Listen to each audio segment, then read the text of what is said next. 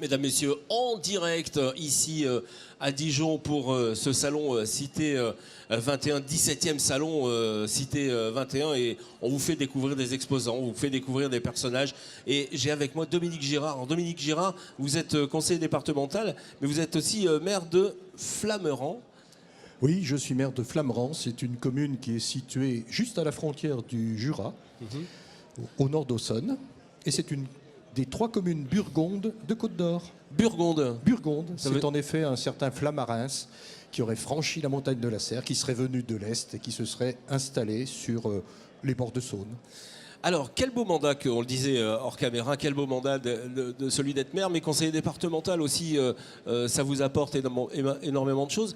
Vous mettez l'humain au cœur de votre mandat, c'est ça, monsieur le maire?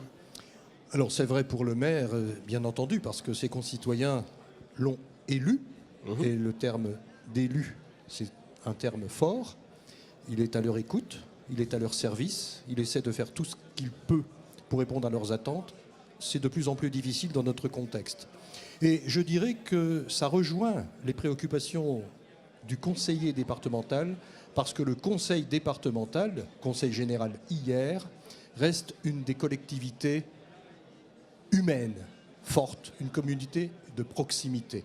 Mais avec la nouvelle technologie, on ne peut pas se passer de la nouvelle technologie. Donc est-ce qu'on se sert de cette nouvelle technologie pour approcher les hommes entre eux? Alors, je ne sais pas si la caméra peut le montrer, mais nous avons juste en face de nous ce qu'on appelle le bus du numérique du département qui parcourt les communes de Côte-d'Or avec l'objectif d'installer le très haut débit. Objectif 100% Côte-d'Or. Normalement, ça ne relève pas spécialement des compétences du département. On y reviendra, compétences territoriales, compétences sociales.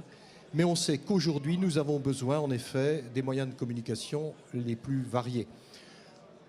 Un village, une ville, c'est une cellule. On va voir le bus dans quelques instants. Voilà. Et une cellule, elle ne peut vivre que si elle est en communication avec d'autres cellules.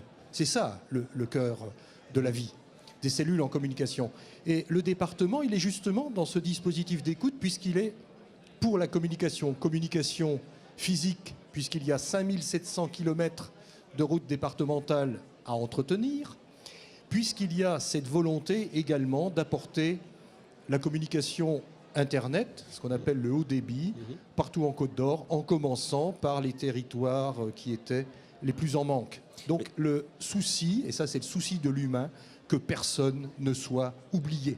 Alors, c'est compliqué parce que, évidemment, les territoires sont éloignés. Vous avez des grandes villes, mais vous avez la ruralité et vous avez l'agriculture aussi. Donc, comment vous axez, comment vous travaillez avec tout ce monde? Alors, vous avez raison de souligner d'emblée dans votre question la variété des acteurs, donc la variété des approches, mais le fait que nous avons besoin, et nous sommes heureux d'avoir en Côte-d'Or la métropole dijonnaise, nous avons besoin d'une métropole forte pour que notre département soit fort lui-même. Mais n'oublions pas, si je reprends la comparaison avec les cellules, une cellule ne peut vivre qu'avec les autres.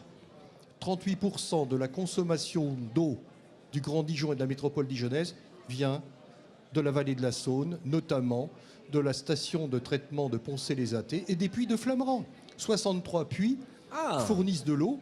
Donc, voyez le lien entre les territoires ruraux et les territoires urbains. Par ailleurs, il y a les échanges de main-d'œuvre. Et puis, il y a les matières premières. Et vous évoquez l'agriculture qui nourrit les villes. Donc, il y a une interdépendance, je dirais une synergie qui ne peut être que gagnante-gagnante. Alors, le département, évidemment, par rapport à ce domaine de l'agriculture, a perdu certaines compétences, enfin, n'exerce plus tout à fait les mêmes compétences du fait de la loi NOTRe, nouvelle organisation du territoire de la République. Mais le département est un accompagnateur fort des territoires, notamment des territoires agricoles. Et dans la mesure où nous avons une compétence sociale importante, avec plus d'une centaine d'établissements sociaux et médico-sociaux pour les personnes âgées, dans la mesure où le département reste le principal interlocuteur pour les collèges, nous avons un projet qui est, grâce à un maraîchage bio, organisé sur une vingtaine d'hectares qui ont été achetés très récemment par le département au niveau de Périgny-les-Dijon, de satisfaire les besoins en légumes locaux dans ces collèges et ces établissements sociaux, médico-sociaux. Ouais, on va essayer d'approfondir un petit peu plus. Donc, le département a acheté de la terre Oui. pour distribuer le produit en local. Oui, alors c'est même un projet là, qui s'inscrit dans une philosophie qu'on appelle Futur 21, futur au pluriel, parce que, l'avenir n'est pas écrit et c'est à nous de l'écrire. Bien sûr. Et c'est à nous de l'écrire en synergie. Hein. Tout seul, on va plus vite. Ensemble, on va plus loin. Et là, nous voulons aller plus loin. Et ça, c'est vraiment la philosophie du département. Alors, il y a eu, et dans un partenariat d'ailleurs avec la Chambre d'agriculture, avec les agriculteurs, l'achat donc d'une vingtaine d'hectares au sud de Dijon, vers Périgny. J'ajoute que c'est juste au-dessus d'une zone de répartition des eaux, parce que la ressource en eau est un élément essentiel.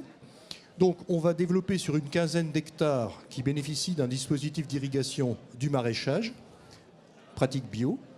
Sur quelques hectares, il y aura un dispositif d'initiation au maraîchage pour les jeunes qui voudraient embrasser cette activité. Génial. Formidable, Ah oui. absolument. Et il y aura un hectare qui sera un hectare d'innovation, Futur 21, consacré notamment à la permaculture.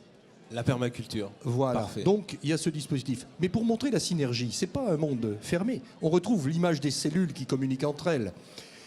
Ces légumes qui vont être produits, d'abord, on va les produire de façon bio. Ce qui fait qu'il n'y aura pas d'infiltration de produits chimiques pouvant contaminer la nappe phréatique de Dijon Sud, qui est une nappe essentielle pour le ravitaillement des populations de cette partie de l'agglomération. Logiquement, il devrait se mettre en place avec DESI 21, une société d'insertion. Donc c'est un très beau projet, puisque ça va permettre à des personnes éloignées de l'emploi. Voilà, on ramène l'humain. On ramène l'humain Bien au sûr. cœur du projet. Donc il va y avoir la préparation de ces légumes qui pourront servir à l'ensemble des partenaires, la région, la métropole dijonnaise et évidemment, comme je l'évoquais, les collèges et les établissements médico-sociaux du département. Et donc, c'est le cercle, finalement. C'est un cercle, et j'ajouterai, en poussant peut-être un petit peu plus loin, que dans la mesure où nous accompagnons les actions en faveur de la lutte contre le gaspillage, les actions en faveur des économies, il y a dans un certain nombre d'établissements scolaires des composteurs, et il n'y a pas de déchets.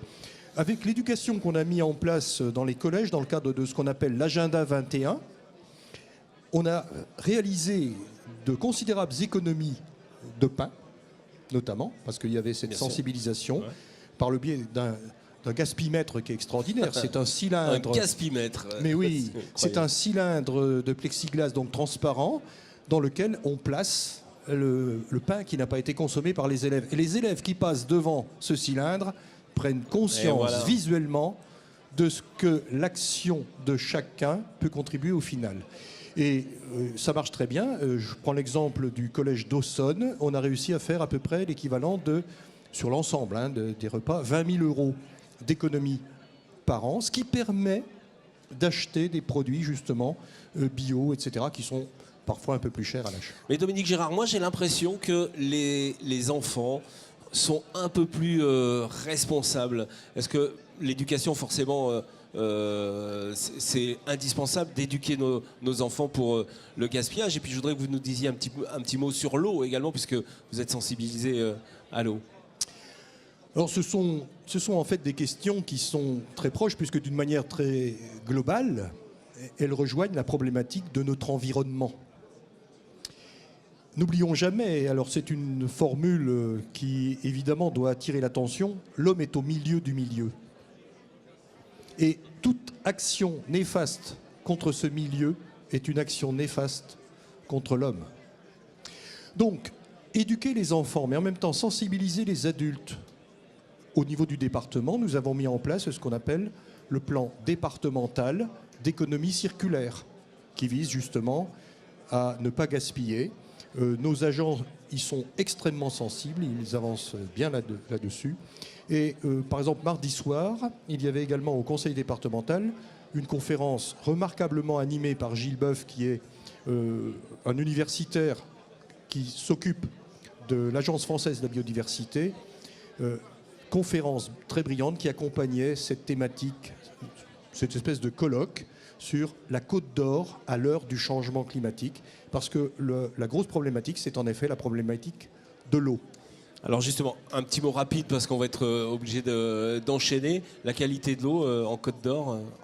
La qualité de l'eau en Côte d'Or. Alors, une chose, nous sommes le toit de l'Europe occidentale. Nous sommes aux sources de 3 bassins versants importants, 3 agences de l'eau. Seine-Normandie au nord, les sources de la Seine.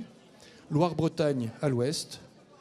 Rhône-Méditerranée-Corse dans la partie est, sud-est. Ouais. Alors, l'eau est généralement de bonne qualité. N'oublions jamais une chose, l'homme, c'est 66% d'eau, le cerveau, c'est 80%. Et dans tous les cas, le conseil départemental est une collectivité qui est à l'écoute des habitants et qui les accompagne tout au long de l'année, tout au long de la vie, puisque nous gérons aussi bien les collèges que les personnes âgées.